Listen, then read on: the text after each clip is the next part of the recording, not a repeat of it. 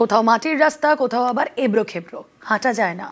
এবার সেই সমস্যা মিটতে চলেছে। পশ্চিম মেদিনীপুর এবং উত্তর 24 পরগনার দুই জায়গায় তৈরি হবে দুটি পাকা রাস্তা।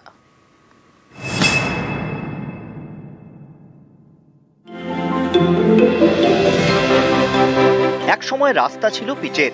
স্থানীয়দের অভিযোগ, এখন যাতায়াত করা মানেই দুর্ভোগ। এবার এই সমস্যা মিটতে চলেছে। উত্তর 24 পরগনার বসিরহাটে তৈরি হবে পিচের রাস্তা। বুধবার রাস্তার কাজের শিলান্যাস হয়। এটা অত্যন্ত একটা গুরুত্বপূর্ণ। 17, 18, 19 তিনটে ওয়ার্ডের মানুষ প্রতিদিন এই রাস্তাটা ব্যবহার করেন। প্রচুর মানুষের উপকারে আসবে। বসিরহাটের দিঘি রোড 2.5 কিলোমিটার এই রাস্তা তৈরির জন্য প্রায় 8 কোটি 18 লক্ষ টাকা বরাদ্দ করেছে পূর্ত দপ্তর। আমাদের 17, 18, 19 নম্বর ওয়ার্ডের মানুষের লাইফের মেন যে রাস্তা, যার উপর এখানকার জীবনশৈলী নির্ধারিত হয়, সেই রাস্তা নতুন করে তৈরি করার শুভ সূচনা শুরু হলো, কাজ শুরু হবে।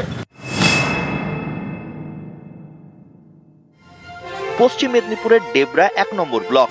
এখানকার ভীমপুর এবং আমদাননগরের বেশিরভাগ বাসিন্দাই আদিবাসী। এই এলাকাতে ঢালাই রাস্তা তৈরি হবে, যা গ্রামের প্রথম পাকা রাস্তা। এখান থেকে নদী বাঁধ গিয়ে পাটনাও যেতে পারে।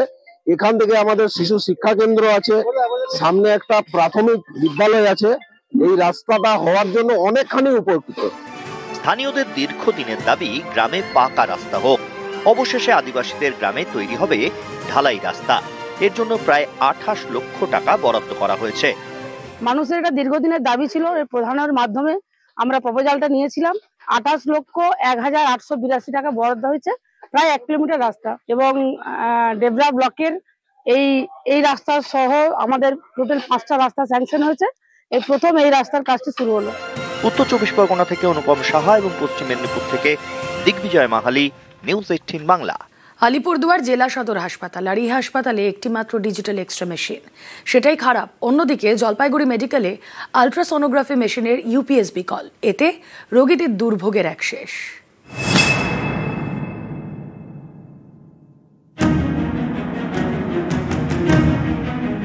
সরকারি হাসপাতালে এক্সরে মেশিন বিকল, চরম সমস্যায় রোগীরা।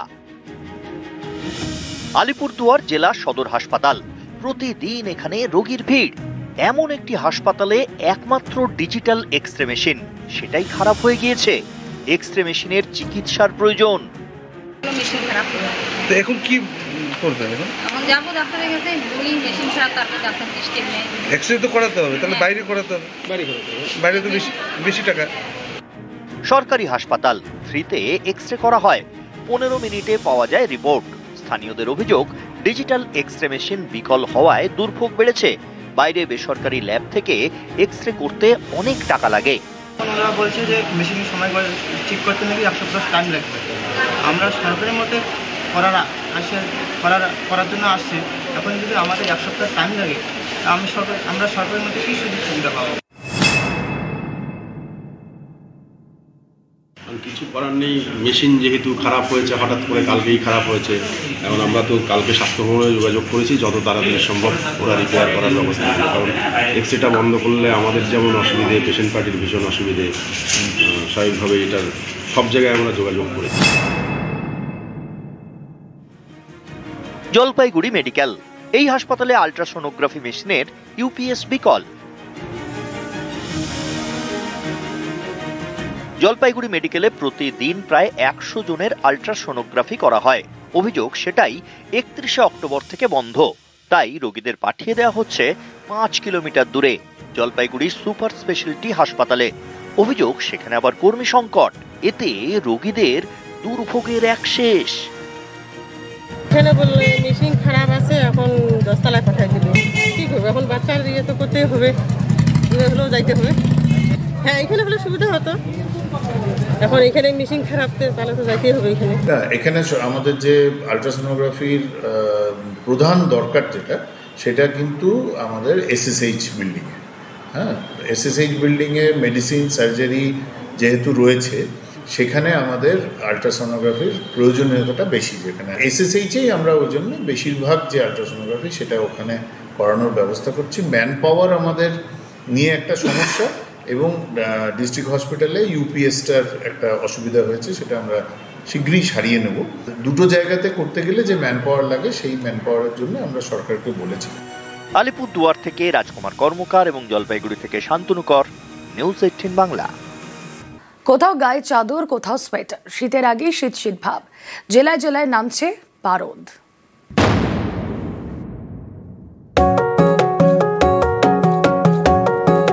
কুয়াশার চাদরে ময়দান, উঁকি দিচ্ছে ভিক্টোরিয়া। সন্ধে থেকে পশ্চিমী হাওয়া, রাতে গায়ে চাদর। শীতের আগেই কলকাতায় শীত শীত ভাব। বুধবার কলকাতার তাপমাত্রা নামে 17-র ঘরে, যা মরশুমের সবচেয়ে কম বলে দাবি আবহাওয়া দপ্তরের।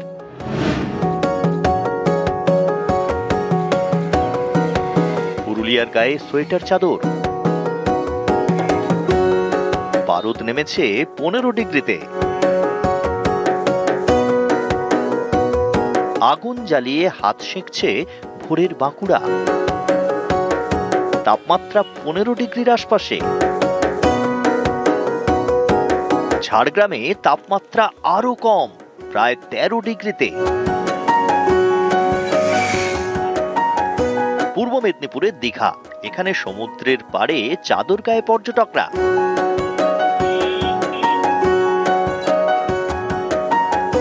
উত্তরবঙ্গেও শীতের আগেই শীতের আমেজ। দার্জিলিং এ তাপমাত্রা 8 ডিগ্রির আশেপাশে।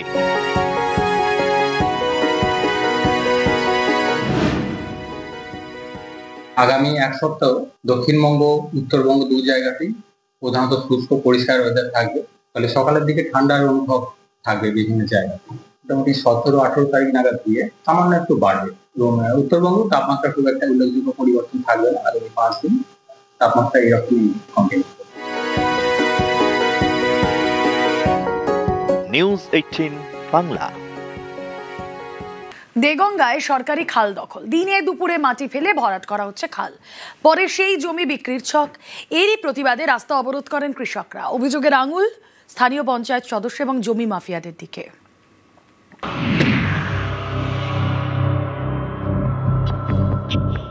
এটা সেচ খাল, জল নিকাশির বড় ভরসা। সেই খালি মাটি ফেলে ভরাট করা হচ্ছে। সকলে মিলে লড়াই করছি, করব। এরই প্রতিবাদে বুধবার বিক্ষোভ।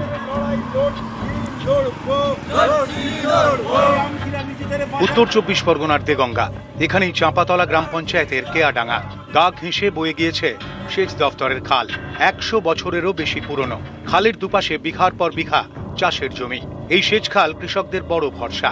এমন একটি খালেই নজর পড়েছে চাঁপাডাঙ্গা পঞ্চায়েতের তৃণমূল সদস্য মোহাম্মদ হাসানুজ্জামান এবং জমি মাফিয়ার। দিনে দুপুরে মাটি ফেলে ভরাট করা হচ্ছে খাল, তারপর সেই জমি বিক্রির ছক। এরই প্রতিবাদে পথে নামেন কৃষকরা, রাস্তা অবরোধ করেন। আমরা চাঁপাতলার মানুষ, চাষি মানুষ, চাষ করে খাই। এই জল নিকাশি ব্যবস্থা যদি বন্ধ করে দেয় কোনো দালাল বা কোনো মাফিয়া, তার জন্য আমরা ক্ষতিগ্রস্ত হয়ে পড়ব। ঘটনা হচ্ছে এখন এইটাকে যদি আটকে দেওয়া হয় তাহলে গ্রামের মানুষ বুড়বে। আটকে দিচ্ছে এই জমির মালিক, এরা হচ্ছে মানে বর্তমান মেম্বার হাসানুজ্জামান, ওনার চাচা রফিকুল ইসলাম। হ্যাঁ, ওরা নিকাশি নালার ওরা বন্ধ করে এখানে ওরা কি করবে। ওখানে মাটি আজ থেকে 4 বছর আগে ওখানে মাটি ওখানে জমানো আছে, যার মাটি সে ওই মাটিটা মানে সমান করা হচ্ছে। আর বিশেষ করে মেম্বার বা কিছু যে আছে লোকের কাছে মানে কালি লাগানোর একটা চক্র। আপনি গিয়ে সঙ্গে গিয়ে দেখে আসেন, কেউ যদি মিথ্যে কথা বলে না সেটাকে কিছু করার নেই। না, আমাদের নেত্রী মমতা বন্দ্যোপাধ্যায় তিনি এই জলা জমি ভরাটের একদম সম্পূর্ণ বিরোধী, এবং যদি কেউ এরকম করে থাকে নিশ্চয়ই আমরা দলীয়ভাবে এবং প্রশাসনিকভাবে সেটা তদন্ত করে দেখব। তা সেটা আমরা পঞ্চায়েত থেকে আমরা ব্যবস্থা নেব। দেগঙ্গা থেকে জিয়াউল আলম, নিউজ 18 বাংলা।